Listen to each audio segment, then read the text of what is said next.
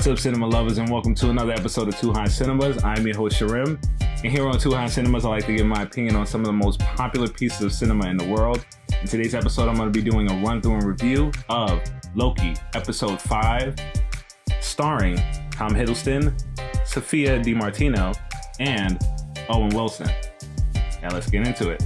TVA Judge Ravonna Renslayer tells Sylvie that she does not know who created the TVA and that Loki was teleported to the Void, a dimension at the end of time where everything the TVA prunes is dumped into and from which nothing has returned. They also deduce that the TVA's creator is hiding in the timeline beyond the Void where they cannot be detected. TVA mascot Miss Minutes and Renslayer stall for time until TVA Minutemen arrive. Facing capture, Sylvie prunes herself. After interrogating an imprisoned Hunter B-15, Renslayer instructs Miss Minutes to help her find the TVA's creator.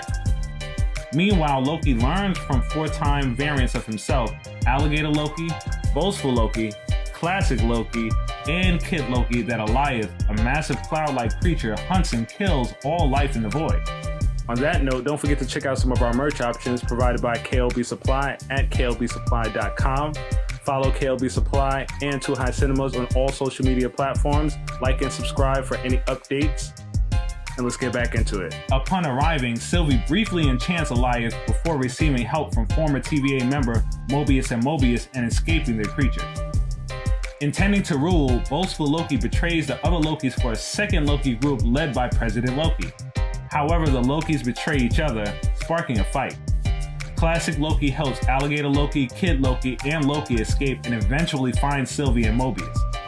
Using a tempad Sylvie stole from Renslayer, Mobius chooses to return to the TVA and reveal the truth about the organization to its employees. He asks the Loki variants to come with him, but they stay behind. After the variants escape, Loki attempts to distract Alliath so Sylvie can enchant it, but both fall until Classic Loki returns and creates a life-size illusion of Asgard to distract Alliath, saving Sylvie and sacrificing himself in the process. Working together, Sylvie and Loki enchant Alliath, revealing a citadel beyond the Void, which they walk toward. So now my review. This is my favorite Disney Plus show so far. Yo, I'm not lying. This is my favorite Disney Plus show so far. We get so many variants of Loki in this episode. We get Kid Loki, Classic Loki, Boastful Loki, Gator Loki, and even President Loki. We find out when you're pruned, you don't actually die. You're sent to the Void at the end of time and eaten by a smoke monster Alliath. What's crazy is the reason there's so many Loki variants at the end of time is because Loki survived.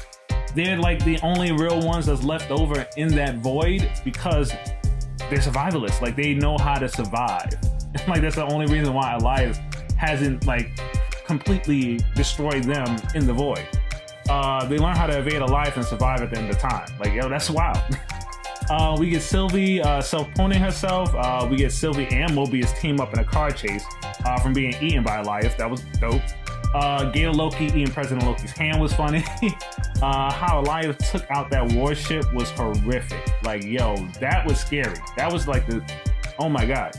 Like, what do you do in that situation? Like, it's just a cloud of smoke.